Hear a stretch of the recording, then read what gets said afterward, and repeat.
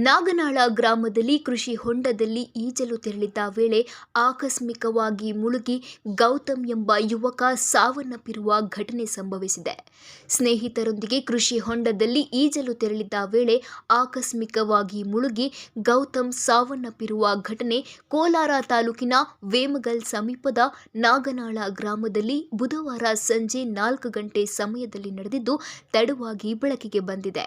ಮೈಸೂರಿನ ರಾಘವೇಂದ್ರ ನಗರ ಬಡಾವಣೆ ನಿವಾಸಿ 26 ವರ್ಷದ ಗೌತಮ್ ಗೌಡ ಸಾವನ್ನಪ್ಪಿದ್ದಾನೆ. ತಮ್ಮ ತಂದೆಯ ಊರಾದ ವೇಮಗಲ್ ಸಮೀಪದ ನಾಗನಾಳ ಗ್ರಾಮಕ್ಕೆ ತೆರಳಿದ್ದ ಅವರು ಸ್ನೇಹಿತರೊಂದಿಗೆ ಕೃಷಿ ಹೊಂಡದಲ್ಲಿ ಈಜಲು ತೆರಳಿದ್ದ ವೇಳೆ ಆಕಸ್ಮಿಕವಾಗಿ ಸಾವಿಗೀಡಾಗಿದ್ದಾರೆ ಎಂದು ತಿಳಿದು ಬಂದಿದೆ. ಸದ್ಯ ಗೌತಮ್ ನೀರಿನಲ್ಲಿ ಮುಳುಗುತ್ತಿರುವ ವಿಡಿಯೋ ಸಾಮಾಜಿಕ ಜಾಲತಾಣದಲ್ಲಿ ಹರಿದಾಡ್ತಾ ಇದೆ.